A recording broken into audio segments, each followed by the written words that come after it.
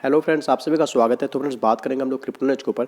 तो फ्रेंड्स जिस तरह से यूक्रेन के अंदर से खबर निकल कर आई कि वहाँ पे क्रिप्टो को लीगल कर दिया जाएगा, जिस तरह से क्रिप्टो फंड डोनेशन से उन लोगों को हेल्प मिली इस वॉर को झेलने के लिए और वहाँ पे जो भी क्राइसिस है उससे निकलने के लिए, मिलिट्री को फंडिंग करने के लिए, तो उसके बाद से ये जो लीगल करने के लिए उन्होंने खुल के जो बोला कि वहाँ पे क्रिप्टो लॉ पर उन्होंने जो साइन किया उनको प्रेसिडेंट ने हाल ही में 1-2 दिन पहले, तब से जो है मार्केट रिकवर करना शुरू हुआ और यहाँ पे फिर से मार्केट को एक बूस्ट मिलते हुए देखने को मिला। और यहाँ पे अगर बात करें हम लोग मार्केट सेंटीमेंट की और fear and greed index meter की, तो फ्रेंड्स बात करें कल के दिन, तो कल फ्रेंड्स ये जो मीटर था लगभग 28 पर देखने को मिली थी, आज आपको 31 पर देखने को मिला है।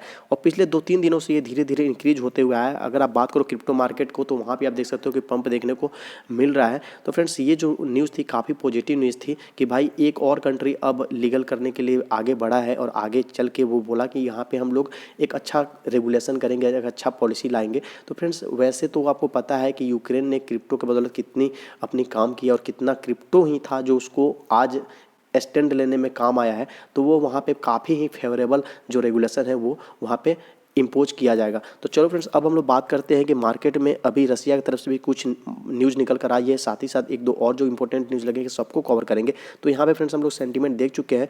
बात करें मार्केट की, तो मार्केट का कंडीशन आपको पता ही है, तो चलो वहाँ पे नहीं जाते हैं, डायरेक्ट हम लोग पहुँचते हैं न्यूज़ के ऊपर।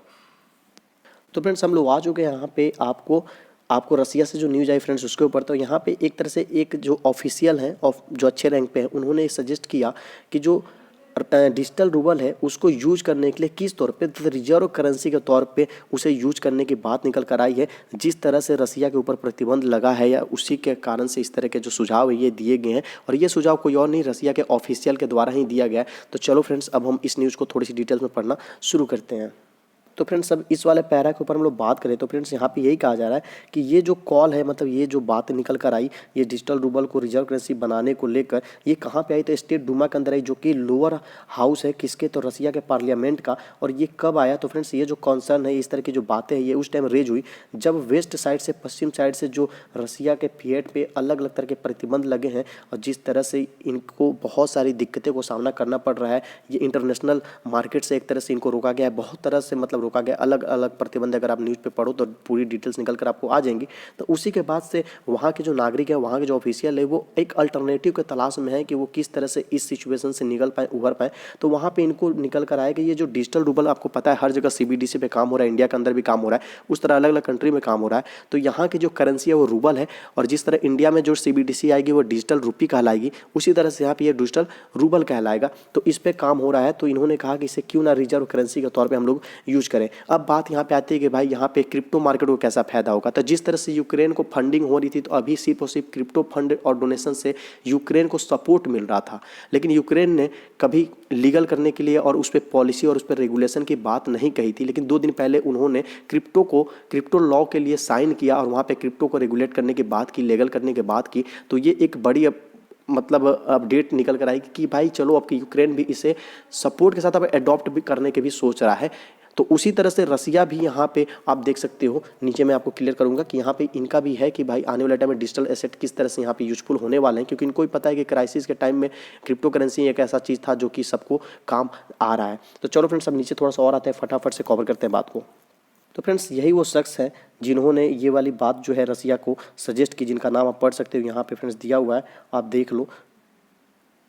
तो फ्रेंड्स यहाँ पे इन्होंने बोला जो कि डिजिटल रूबल है इसको क्या बनना चाहिए, तो फुल फ्लेज्ड इन्वेस्टमेंट जो है बन जाना चाहिए और रिजर्व करेंसी बन जाना चाहिए। किसके लिए, रसिया के लिए। और ये मिरोनो जिनका कि अभी मैंने पिक्चर दिखाया, इन्होंने इस बात को कहा कि जो सीबीडीसी है ये रसिया को जो इकोनॉमी है उसको जो फंडिंग की ज़रूरत है या जो एक तरह से इन्फ्लेशन से बूस्टिंग की ज़रूरत है, वो सब कुछ जो है वो सीबीडीसी प्रोवाइड कर देगा, जो डिजिटल रूबल है वो प्रोवाइड कर देगा। और ये सब सारी स्टेटमेंट जो है इन्हीं शख्स की है जिनका कि मैंने पिक्चर आपको पहले ही दिखा दिया है। अब साथ ही साथ वो डिजिटल एसेट्स को लेकर जो एक पॉइंट वगैरह इसमें देखने को मिला था वो भी मैं आपको दिखा देता हूँ। तो वैसे तो फ्रेंड्स आपको पता है कि जो सीबीडीसी का काम है पहले से चल रहा है। तो यहाँ पे फ्रेंड्स आप देख सकते हो कि जो टेस्टिंग वगैरह है डिजिटल रूबल प्लेटफॉर्म का, तो ये पहले से ही चल रहा है। और यहाँ पे जो मिड फरवरी की बात की जा रही है, कुछ टाइम कुछ बातें जो निकल कर आई थी, अब बात है कि रसियन जो बैंक्स है वो पार्टिसिपेट करेंगे, पूरी उम्मीद है 2022 में जब तक इसका काम चल रहा है या जब उस तरह का सिचुएशन आता है तो सब पार्टिसिपेट करेंगे। अब यहाँ पे कि bank of Russia insist its digital currency will create new opportunity. तो यहाँ पे खुद बैंक ऑफ रसिया जैसे कि सेंट्रल बैंक ऑफ इंडिया है जिसको कि आरबीआई बोलते हैं, उस तरह से यहाँ पे इनका कहना है कि जो इनकी डिजिटल करेंसी होगी वो नए अपॉर्चुनिटी प्रोवाइड करेंगे। किसके लिए? तो रसियन सिटीजन के लिए, रसियन के बिजनेसेस जो हैं, बिजनेसमैन हैं उनके लिए, और रसिया के स्टेट के लिए जो है इस तरह के आने वाली है। और साथ ही साथ ये वाली लाइन जिसके बारे में बात कर रहा था, आप देख सकते हो कि जो फ्यूचर वगैरह की बात की जा रही है कि जो भी करेंसी रिजर्व है और ट्रेड सेटलमेंट है वहाँ पे विथ अदर करेंसीज और even digital asset in the future की बात करी जा रही है कि जो भी ट्रेड सेटलमेंट में आएंगे वो आगे चल के अदर करेंसीज भी आएंगे और उसमें आपको डिजिटल एसेट मतलब कि क्रिप्टो करेंसीज भी इन्वॉल्व होंगे। तो चलो फ्रेंड्स अब बढ़ते हैं अगले न्यूज़ के लिए। तो फ्रेंड्स अब फटाफट से जो बाकी की न्यूज़ है उसको जल्दी जल्दी कवर करते हैं। तो फ्रेंड्स ये जो न्यूज़ है आपको फेसबुक से रिलेटेड न्यूज़ निकल कर आई, जिसको कि आप मेटा भी कहते हो, जिसको कि इन्होंने नाम चेंज कर दिया। तो इन पर क्या हुआ है, तो नीचे आते हैं हेडिंग से, अच्छा यहाँ भी क्लियर कर लेते हैं। तो देख सकते हो कि ऑस्ट्रेलियन जो कंपटीशन है, जो कंज्यूमर कमीशन है, इन्होंने एक लॉसूट फाइल किया, एक केस मतलब दाखिल किया किसके खिलाफ, तो मेटा मतलब कि जो फॉर्मर पहले नाम था फेसबुक, किस तौर पे, तो इनको बोला गया है कि ये जो है स्कैम एडवर्टाइजमेंट फीचर कर रहे थे, पब्लिश कर रहे थे, जिसमें कि प्रोमिनेंट ऑस्ट्रेलियन पब्लिक फिगर को इंक्लूड किया जा रहा था, जिस कारण से इन्होंने ये जो आपको केस है उसको इन्होंने मतलब दाखिल कराया है। तो फ्रेंड्स इस तरह के जो इन पे हैं मतलब क्या कहते हैं आरोप जो है लगाया गया है। तो आगे अब ये लोग को कैसे सलटना है, ये लोग का काम है, कैसे क्या होता है। हो सकता है ऐड में कुछ उस तरह के कुछ चीज़ दिखा दिए गए हो गलती से जो कि वहाँ के गाइडलाइन और रूल के अगेंस्ट हो। तो चलो फ्रेंड्स अब बढ़ते हैं अगले न्यूज़ के लिए। तो फ्रेंड्स अब ये न्यूज़ है फंडिंग को लेकर। तो ये जो मेटावर्स है इन्होंने क्या किया है, तो $2 मिलियन जो है डॉलर में इन्होंने फंड को सिक्योर कर दिया, जो इनका एम है अचीव मेटावर्स इंटर ऑपरेटिबिलिटी। उसके तौर पे थोड़ी सी नीचे बात करें तो यहाँ पे है कि ये कंपनी है जिसका पर्पस है कि इंटीग्रेशन और इंटर ऑपरेशन किस चीज़ के लिए, तो डिफरेंट मेटावर्सेज के लिए इन्होंने सिक्योर किया है फंड जो कि है $2 मिलियन इस आइडिया के लिए। तो चलो फ्रेंड्स बढ़ते हैं अब अगले अपडेट के लिए। तो फ्रेंड्स बात करें इस वाले न्यूज़ के ऊपर, तो फ्रेंड्स यहाँ पे है, नीचे आते हैं सीधे, इन्होंने ये जो शख्स है इनका ये कहना है कि ये काफ़ी लेट कर चुके बिटकॉइन में आने में और बहुत ही थोड़ा अमाउंट जो है बिटकॉइन में लगा पाए। अब इसको पढ़ते हैं थोड़ी डिटेल्स में, क्योंकि हेडिंग मैंने नहीं पढ़ा क्योंकि टाइम ज़्यादा हो चुका है। तो फ्रेंड्स यहाँ पे देख लो कि एक डिस्कशन के दौरान जो कि मार्च 12, 2022 को हुई, और ये कौन शख्स हैं तो इनको आप पहचान जाओगे अभी। ये एक बिलियनियर है, इंटरप्रेन्योर है और एक वेंचर कैपिटलिस्ट है जिनका नाम पीटर थिल है।